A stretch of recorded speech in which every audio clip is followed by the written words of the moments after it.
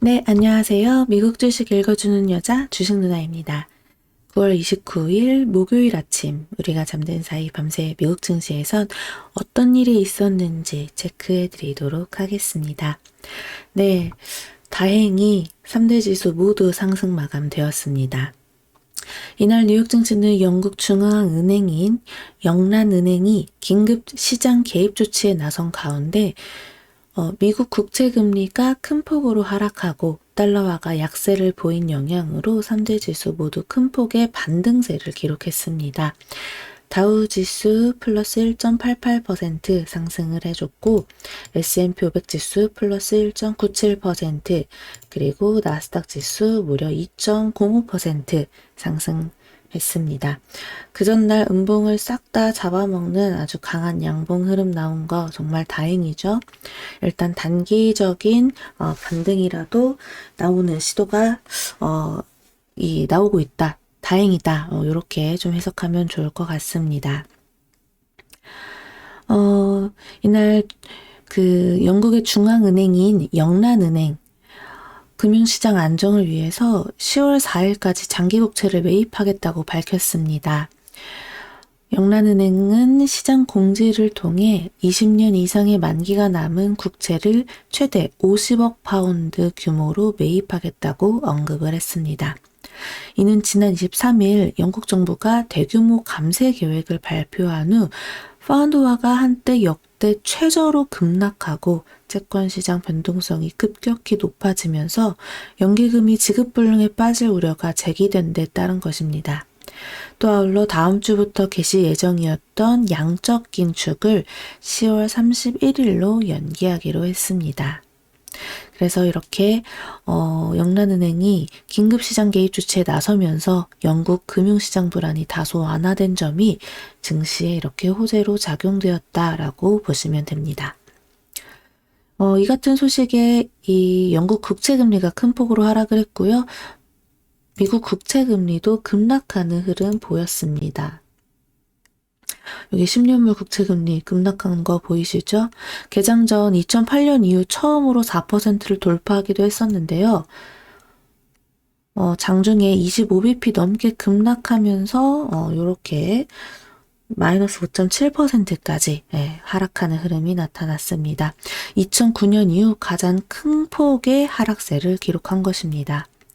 통화정책에 민감한 2년물 국채금리도 20bp 이상 하락해서 4.1% 근방까지 떨어졌고 여기 보시면 여기 4.1% 근방까지 떨어졌고 30년물 국채금리도 3.67%대로 레벨을 낮췄습니다.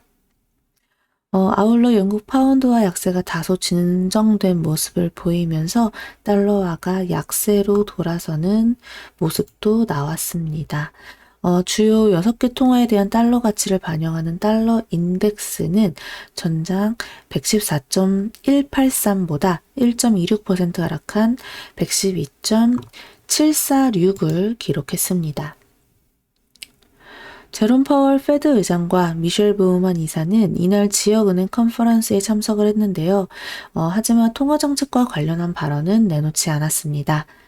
또 찰스 에반스 시카고 연방준비은행 총재는 시장의 변동성이 금융환경을 추가로 제약적으로 만든다라고 지적을 하면서 인플레이션을 억제할 필요가 있다고 언급했습니다. 내년 3월까지 금리가 4.5%에서 4.75%까지 인상될 것으로 예상했습니다. 이 시카고 상품거래소 페더치에 따르면 연방기금 금리 선물 시장에서 페드가 11월에 금리를 0.75%포인트 인상할 가능성은 현재 58%가 나왔습니다. 전날은 62.5%를 기록했었는데 그에 비하면 좀 하락했죠. 그리고 0.5%포인트 인상 가능성은 42%를 나타내면서 전일 37.5%에서 상승을 했습니다. 이렇게 되면 11월에는 확실히 0.5 혹은 0.75%포인트 인상 가능성이 매우 높아졌다. 이렇게 일단 압축해서 좀 보면서 흐름을 좀 봐야겠죠. 자이언트 스텝을 이어갈 것인지 0.5%에 그칠 것인지 음, 국제 유가도 좀 체크해 보겠습니다. WTI 11월 인도분 가격 체크해 보면요. 전거래일 대비 3.65달러 상승하면서 다시금 82.15달러, 80불 위로 올라서서 거래 마감되었습니다. 종목별로도 이제 좀 체크를 해 볼게요. 다행히 시장이 반등에 성공하면서 전체적으로 대부분의 업종이 다 반등, 상승 그 반등에 성공을 했는데요. 근데 이제 애플이 마이너스 1.27% 하락하면서 마무리가 되었죠. 사실 어제 우리 시장에서도 애플발 악재로 인해 우리 시장이 조금 지지부진한 그런 영향을 크게 받은 것도 있습니다. 애플이 약했던 이유는요.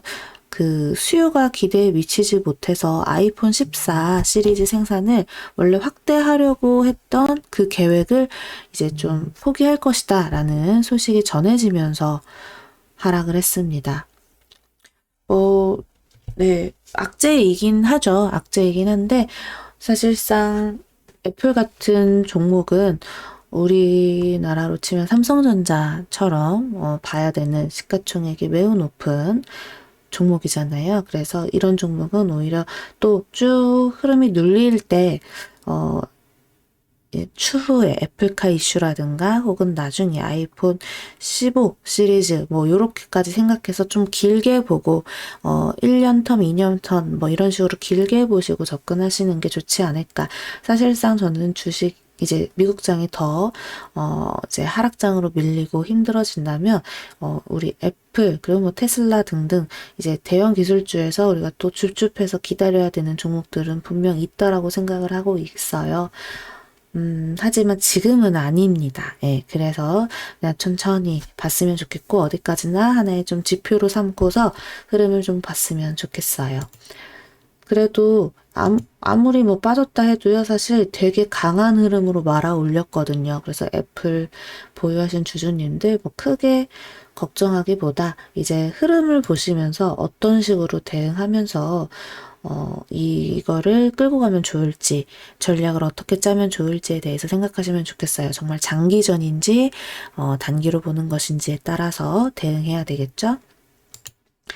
네, 그 외에도 정말 종목들 다행히 다 빨간불 대부분 켰죠. 지수가 완전히 반등에 성공했기 때문에 대부분의 종목들이 이렇게 반등에 성공하는 모습이었고, 어, 국제유가도 오름에 따라서 이 석유 에너지 관련주들도 연이어서 반등해주는 모습, 큰 폭으로 다시 상승해주는 모습 나오고 있습니다. 그 외에도 뭐 여행항공 카지노 쪽도 나쁘지 않고 흐름 좋고요. 뭐 전기차 쪽 당연히 흐름 좋게 이어가고 있다라는 것까지 우리가 그래 이렇게만 나와준다면 우리 시장도 일단 단기 반등에는 성공할 수 있지 않을까 요 생각으로 오늘 시장 좀 편안하게 보면 어떨까 싶어요. 사실 어제 흐름에서 좀 잡아줘서 5일선까지 끌어올려주는 게 베스트였는데 더 밀려버렸단 말이에요. 이렇게 되면 이 갭을 채우러 가는 힘이 점점 약해질 수밖에 없습니다. 하지만 그래도 다시금 이 갭을 채우러 가려고 노력하는 흐름은 나올 거니까 우리 지금 자리에서는 뭐 크게 쫄지 말고 그냥 분할 매수로 접근하고 새롭게 만약 현금 있는 분들 분할 매수로 접근하셔서 물타기는 아니에요.